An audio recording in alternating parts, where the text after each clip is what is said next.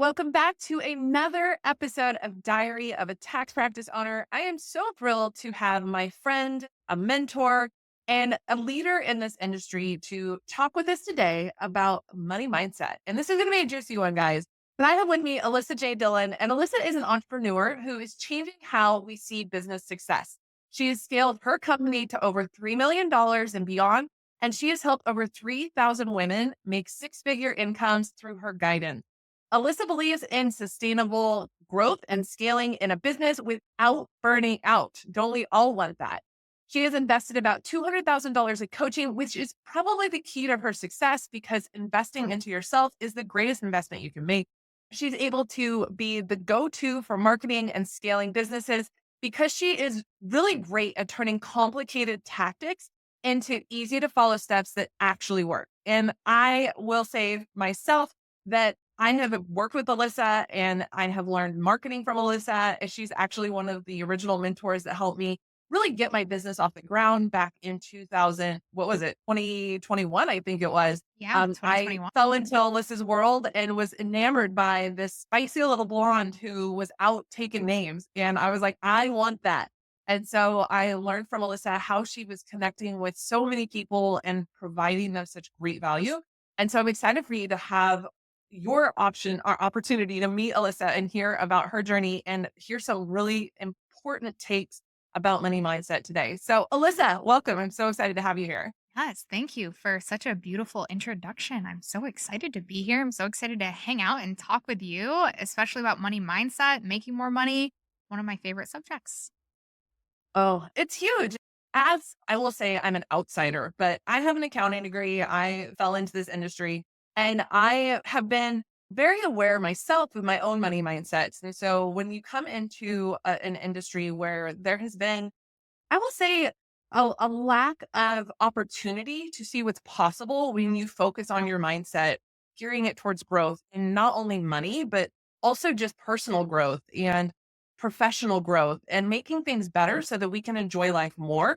And I see such opportunity in this industry to help change the way people think and view their businesses that they're creating and how they can grow them. So, Alyssa, you have had a very interesting journey, and I would love for you to share that with us and tell us about how you got into the accounting industry, how you back even maybe into your education, because I think people love hearing those journeys because they can relate to them. But there's also something about like seeing how other people have fallen into this path and being inspired. So, will you take us back and share your story of how you got here today to helping over 3,000 women to create businesses they love? Yes, absolutely. I think that I want to start with I think being a financial professional often looks like being on the other side of the keyboard, managing other people's money. And we look at it as this is our job to manage their millions, but we're so desensitized to it that we forget to think about can that be for me too? Right? It's Mm. not for me also. They get to have this, but I don't, right? Because I picked this career path and this career path doesn't offer those opportunities, but I really think differently in this space. Like we should be helping people manage their millions and also be making our own millions. And who would be better to help somebody manage other millions if you're also making it? And so you really have that real life experience, right? So I want to just kick us off with that thought. But obviously, this thinking is not something that I was born with. I really do come from humble beginnings. And my mom it still is a total hustler. I watched this woman be a hairdresser, a bartender, cleaning houses. She did all of the jobs to take care of Yeah. me and really lived a life as like a single mom. And so I thought to myself, how can I never live like that? Right. Yeah. And so I was an artist. I competed at a pretty high level with art, and I've always been a creative, but I didn't want to be a starving artist. And so the other thing I was really good at was I was a total math genius. And I started with a community college and I went in and took my initial testing when you start at community college, I know they ask you to take these tests and find out, hey, where should we place you? And so they're like, Yeah. wow, you're really good at math. And I was like, yeah, I guess. And they're like, no, you scored in like the top 99th percentile of like test takers for the math exam. And so I was like immediately placed into the highest level of like math, Mhm. calculus, right? And I actually was a college math tutor. And so Mm. I really loved math. It was simple for me. It just everything always made sense. And so when I started going to college, I had to take this. I actually started out as human services, believe it or not. I just want Mm. I've Doesn't really surprise me. yeah, I've always had the heart to like want to help people. And I've Yeah. I've always had that heart of like, well, I want to help people. How am I going to do that? Right. And so it was, I thought human services would be the way to go. Well, in human services, you had to take a business course. And so I took Mhm. business 101 and shout out to my professor, Lauren Paisley. Lauren Paisley was off in China. And so my accounting professor came in, Cheryl Quirk, and she taught us accounting. And I thought, I bet I'd be damn good at that. Right. And so I changed my major that day to accounting. And so that Wow. is really what put me on the path to becoming a financial professional is Mm. just class. Like I was like, I could do that. Like I'm good at math. I love numbers. They make sense. And I also was around this time learning that human services people were often pretty broke. And so I was like, I'm Yes. not looking for those No. streets. So ended up being the right direction for me. I got my Mhm. associate's degree from GCC. Shout out to GCC. And so went on to get an accounting job. I was in accounts payable, accounts receivable for some pretty large companies. Moved on to some other higher positions and eventually went back to school at RIT for my accounting degree. But really, it came down to this idea. I read something at one point that said, like, if you don't love blood and you don't like people that much, become an accountant. And it's not that I didn't love people because I really do love people, but I realized that human services wasn't going to be great for me. And so I was like, well, Mhm. I can't be a nurse because I would pass out every single time I would see blood. So I just thought it was like the right fit. And Yeah. as much as I'm a creative, it's worked for me. And Yeah. so ultimately, I like to tell people I got that far, but then I actually am like a failed accountant. Like I didn't finish my bachelor's degree. I am 3 credits away from a bachelor's degree. Mm. There's so many people say like just go back and get it and it's like it's not worth it at this point in my life. I literally do not have any desire to sign up for another class in college. Yeah. But went to RIT, didn't finish my education because I accepted a job as a CFO. And even like the RIT, what the heck is the guy's name? The head of the Chancellor. account yeah, like the head of the accounting Oh, the department, dean of the the accounting dean, department. yeah. Yeah. So the dean of the accounting department ultimately ended up interviewing me, asking me how I got this job, and it was really just because of my experience. Like I had just Yeah. worked my way up in all of these accounting positions and I kept getting promoted and kept getting promoted and I just kept going after things that I didn't really know if I was qualified for. But Yeah. I think Jamie, you know this about me. I'm a go-getter. If I want something, I Yeah. just go Figure after it it out. and I figure it out. And that's what I did. And so it wasn't until I had my 2 little babies, my 2 boys, who are not babies anymore, they're 7 and 8, but when they were 1 and 2 that I was like, I don't think I could stay in corporate, and so I never wanted to be an entrepreneur. I thought my dream job was gonna be like this head honcho corner office CFO somewhere, but life had other plans for me, and when I had those boys, I just knew I needed more freedom. I needed the ability to make money on my terms and make a life for us on our terms where I didn't have to ask people, "Can I go to this doctor's appointment? Can I go to It's this hard. football game?" Yeah, and so Yeah. that is ultimately what led me into entrepreneurship and starting my firm, which was not supposed to be successful. It was supposed to be something that paid the bills so I could be a stay-at-home mom. So tell us about your firm and how did you like I know it's what led you ultimately into the marketing side of things was the massive success you had, but how in those early days did you get started? And like what was that journey like for you mentally? Like Yeah. out on your own, lack of security, young mouths to feed, all of the things. Like, how did you make that transition so that you did have this success? I'm incredibly grateful for the delusion that I have. I wish more. Everybody needs a little Delulu in their lives. Yeah, That's how you succeed, man. it's I am incredibly grateful for that, and I think everyone needs to just be a little bit delusional in order to succeed. It's like I Yeah. had just this belief that I absolutely was not going to fail. It's like I was gonna get clients and I was gonna figure it out no matter what. And so that those first like 3 months, I really didn't get started. I was very much in the space of like, well, let's just see what happens. I started Mhm. contacting a few people and I ended up getting my first 3 clients by making a couple posts in some Facebook groups. And next thing I know, intuitively, I realized what marketing was, right? I was like, man, I think if I just get visible in front of more people in more communities, and more I talk to more people and more people have the ability to see me and see what I'm capable of and I continue to create value, I bet I'll get more clients that way. And so everything was a test. Everything was just data to me. And I just kept moving forward intuitively this way. And it was almost like marketing just became natural. I looked at it as how many relationships can I build? How many people can I Yeah. talk to? How many it was based on the idea that every single time I've ever done an interview, I always got the job. So like why would it be that if I didn't talk to people online that I wouldn't get the job? Right? Like they would all want to hire me then. Like Yeah.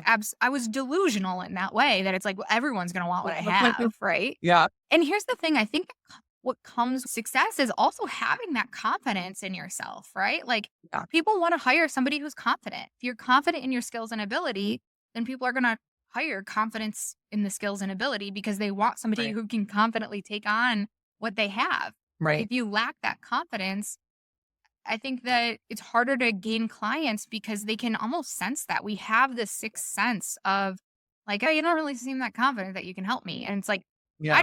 I knew I could help the world. I was like, I could help you, sure. Right. And Yeah. anytime I couldn't help somebody, I just told them. I was like, I have no idea how to do this. I took on an e-commerce client once and I was like, I have no idea how to do this. And you would have to pay for my education in it. And I don't want to do that to you. So let's find you somebody else. Right. But that's also like knowing your own boundaries, right? Like, I think that is like, how much energy do I want to pour into being able to help this client?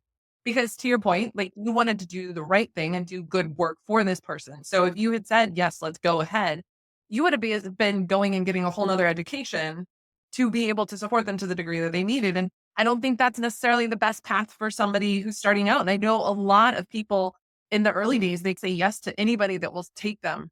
Right. And Right. I think it not to like call you out. If you're listening to this, and you're like, that was me, but that's your lack of confidence showing of, I know that this person is not a good fit. Therefore, there's 10 people behind them ready to come in and fill that spot that is that are a good fit and Yeah. not having to take all those people on. I think that comes back to what we want to talk about today, which is money mindset. So I'll let you continue your conversation, but just I wanted to mark that because that's a huge, like, that's the shifting your mindset that was starting to happen, right? Like, Yeah. that was the early days of that. So Yeah. continue on. Great.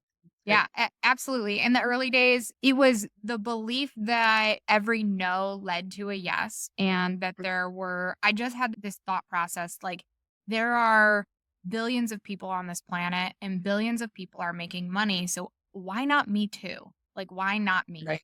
And I'll tell you, at first, I think what's so important and to tie this into money mindset, at first, my goal wasn't millions, right? My goal Yeah. was I want to make enough money to cover what my old salary was so I could buy groceries, contribute to my house, pay for my own student loans. I went to college and I wanted to be able to pay those student loans off sooner than later.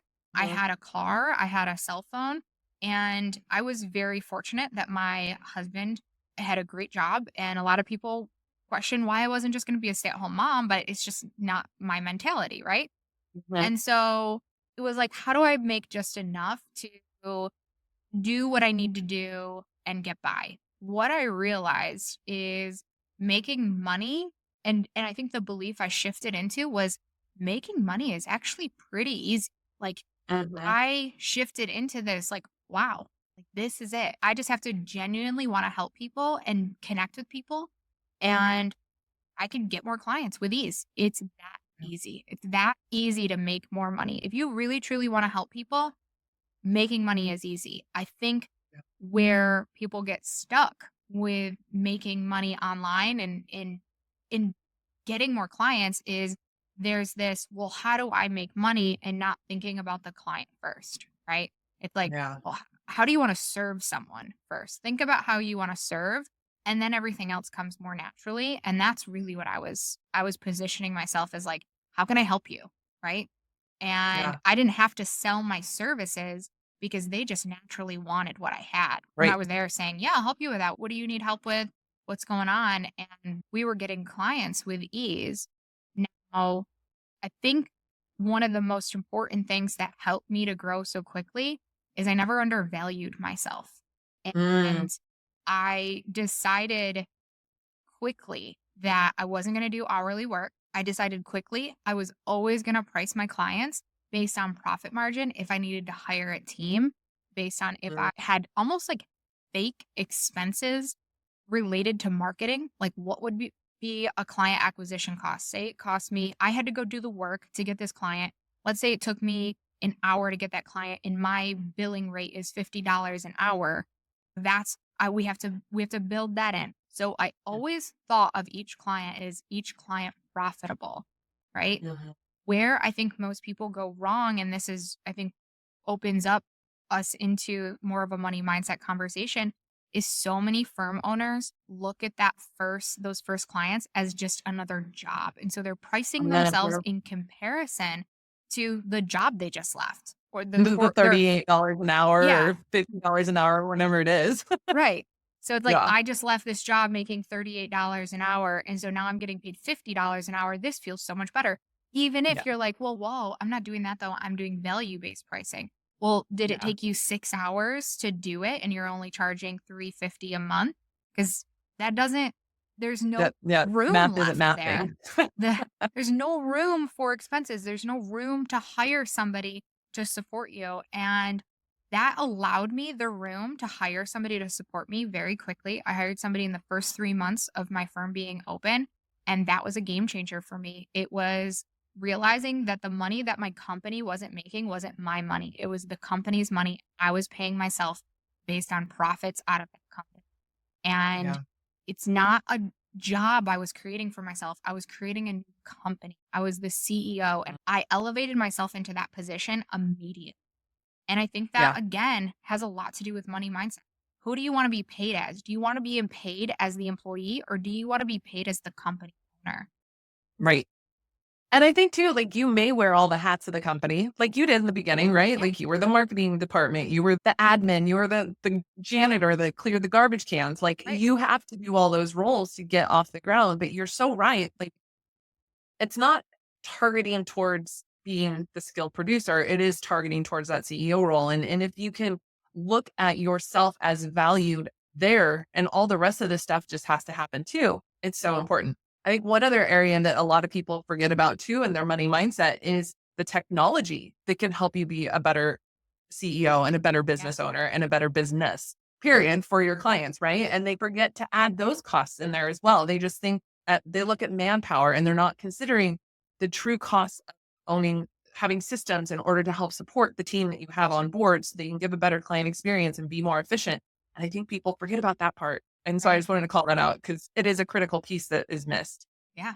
Yeah. And so when I teach pricing and I teach this, I teach it as a cost plus pricing, right? And it's almost like Yeah. going back to the basics of teaching accounting and financial professionals and tax professionals accounting and financial, like we're going back to accounting 101. Like, Right. Yeah. remember, this is your cogs, right? These are your fixed costs. These, right? We're like, we go back to the beginning because these all apply to you as well. They don't Yeah. just apply to your clients. And it's what I said from the very beginning.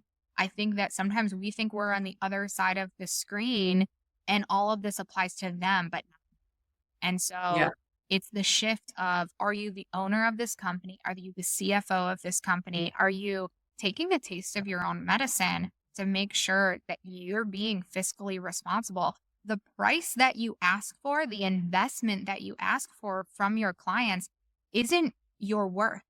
It's what the Right. company needs in order to be sustainable, to thrive, to be able to invest in the next hire, to invest in the technology for growth, to Yeah. invest in any other Marketing. Yeah. marketing, the next Yeah. investment, whether it's, I don't care if it's the stock market, whatever you want to invest in order to grow this company and build real wealth for yourself, it Yeah. can't be based on your working hours.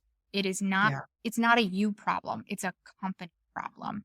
Yeah. And that shift is where people create real wealth.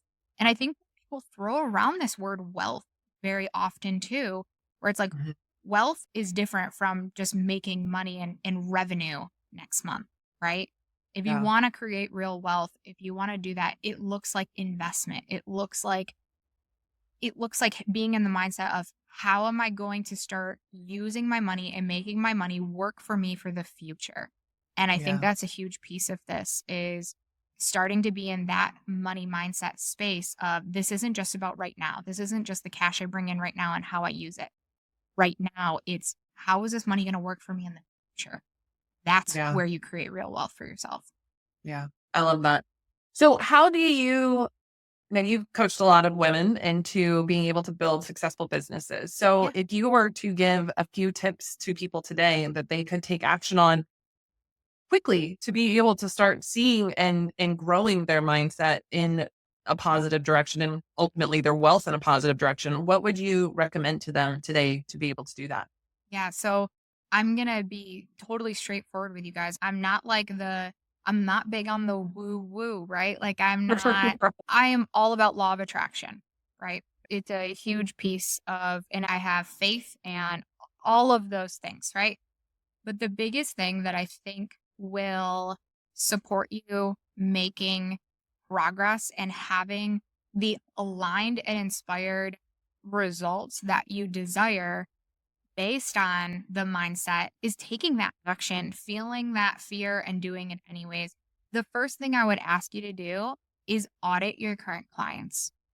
Take an audit of your current clients. And honestly, this is exactly what we do with all of our clients now.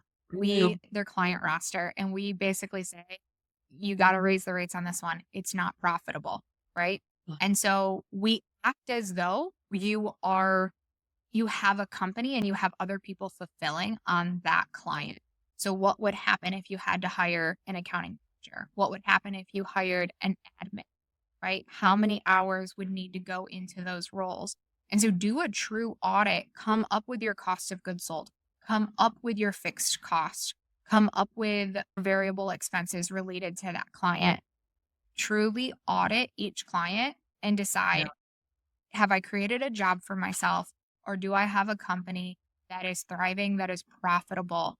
Because if you don't do this first and you keep bringing on more clients that you can only pay yourself with and no one else, and you Yeah. can't invest in the team member, you will find yourself in a place of burnout sooner than later.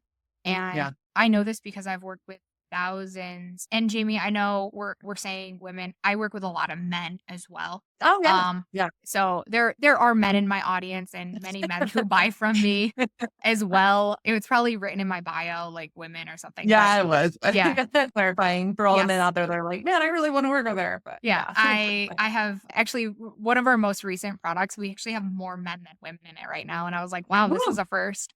So, interesting. yeah, That's awesome. yeah, we're finally getting some men into our space. It was always Love like that. 1 of 10, like it was the Yeah. ratio was always like 10%, but Yeah. we're starting to split ourselves up here a little more. So, we'll Yeah. see how it goes. So, but these men and women that I see in this space of just creating a really hard job for themselves where they're working more and they can't afford to pay Yeah. the next person to support them because they think they're the smartest person in the room. Well, I got news for you. You're not, right? Like, you're not the smartest person in the room. And I'm a big fan of hiring people who can do it as good as me, if not better, right? I always say that. Can you do it as good as me, if not better? Right? If you can do that, like if you can show me up on these skills, you're hired. Like as long as it's a cultural fit as well, right? But it's finding those people that can support you. And that's really what's going to make your company thrive in the long run. So I would say start with that. And then it's also deciding, right? Like Mhm. decide today that from now on, your minimum fee is 500, $1,000 a month. I don't work with anyone. I don't get out of bed for anyone unless they're paying me $500 a month, $1,000 a month, right? This Yeah. is now my new fee schedule. And so whenever you get on the phone with somebody and maybe they're not qualified for your specific offer, and you realize that there's no way, like they're not, maybe they're only making $100,000 a month, and you want to offer CFO services, and you're saying, well, I want to offer CFO services, but I keep getting people on the phone who are only making 1,000 or 100,000 a year, but you need people making 300,000 with a net Hmm. income of at least 30K, so you could actually have some wiggle room and do some things with them. Well, then you need to tell that person you're not qualified for my offer, right? Hmm. Stop minimizing your Yeah. services and yourself and your service plans to accommodate what I call the low hanging fruit with the low Right. budget, because you're just going to keep accepting those people and you will receive what you keep accepting. I only receive, and literally say this, guys, I will continue to receive what I accept. And so when I Yeah. stop accepting low hanging fruit that are balling on a budget, then I will no longer get them on the phone with me. Right. Yeah. I've decided that's just, I Yeah. don't do it anymore. Right. Yeah. I don't do Yeah. it. That's it. You'll Yeah. be surprised by just having that shift in mindset. Like, well, we only work with people who make 300K or more and can fit into our CFO services.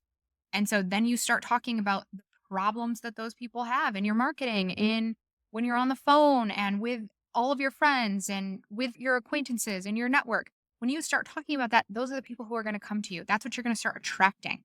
But if you Exactly. keep being the person who keeps being broke and keeps being the low hanging fruit, and you are accepting the low hanging fruit, like you're all going to hang out together, right? That's the Yeah. at the end of the Exactly. day, Yeah. y'all are gonna be broke together. And so if you wanna be on the higher end of the spectrum, you gotta start talking the talk, walking the walk. Love it. I love it. Well, Alyssa, I have a couple questions I want to ask you, Yeah. and as we wrap up here, and you've already hit some very amazing points here, but what is the one piece of advice that you wish you had received at the start of your journey when you started growing your tax practice that you think people need to take away from this conversation that will truly help them in that belief piece and the Uh, deciding piece? the biggest piece of advice is set yourself up to sell. Set yourself up to sell. It is the biggest mistake. If I don't like to say that I live with any regrets, but when I got rid of my practice the first go around, I was not set up for to sell, and it was by my own selfishness. I Mhm. wanted to do something else, and I didn't put myself in the position to sell, and so I pretty much gave all my clients away, and I believe that I could have gotten something out of my practice, and I didn't do it. And so set yourself up to sell. Honestly, Yeah. you have an asset. You might as well Oh my sell it. gosh.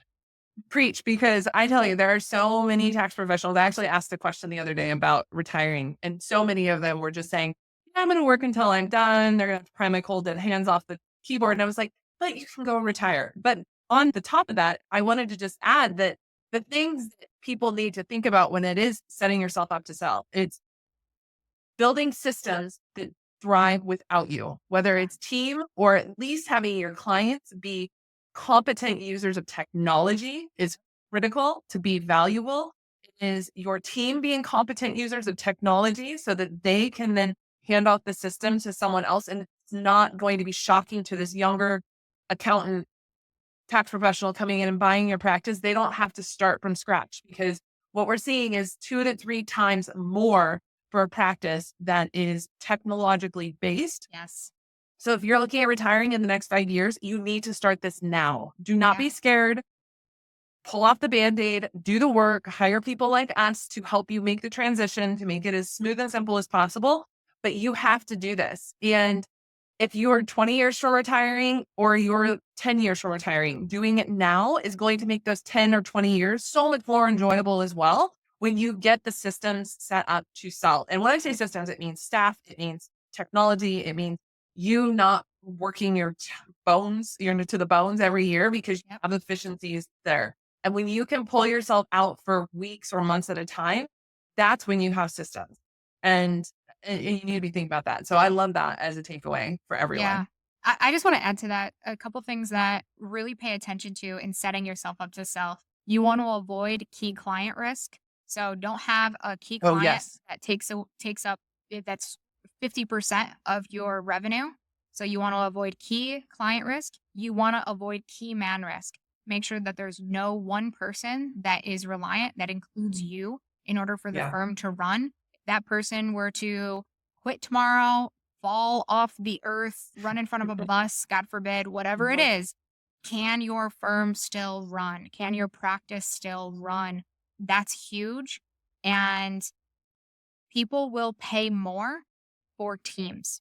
So if you have a Mhm. competent team, you'll pay more for the asset that comes with a competent team, has a good culture and good staff. I have since been offered, I've had offers for my company that I have today. And the reason I've had offers for it is because I have a competent team. They wanted my team to fulfill on everything. And that is why I got such good offers. And so I know firsthand people will pay more for a competent team to make the transition even better for your clients. And so if you Yeah. could build the culture and a competent team around your company that can continue to fulfill those clients after you've sold off, man, you're made in the shade. So biggest takeaway I can give as far as money mindset, stop thinking about tomorrow, start thinking about your future. And the micro steps for today and tomorrow will come so much easier. Yeah. I love that. I love that. Well, Alyssa, how can people follow you, get into your world, learn about the amazing products and programs that you're running?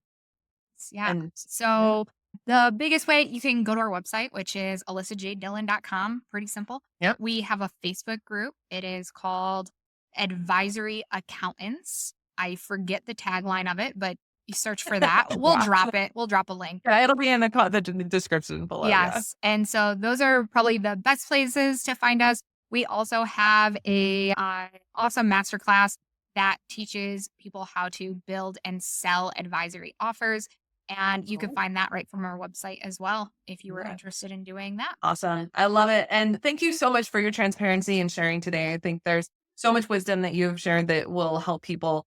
If you're not thinking about setting yourself up to sell and the steps to get there, that is going to be huge. And also the mindset, because once you start just making the decision that you're worth more and you're worthy of receiving, it changes the game. And it will take time. It's not going to happen overnight. But if you just keep taking those micro steps, as you said, you will see massive traction in a year, 2 years, and in 5 years, it'll be a whole different game. So Yeah, I love that. absolutely. Well, thank you, Alyssa, for being here. Thank you for sharing your story. Really appreciate you. Thank you so much for having me. I had so much fun.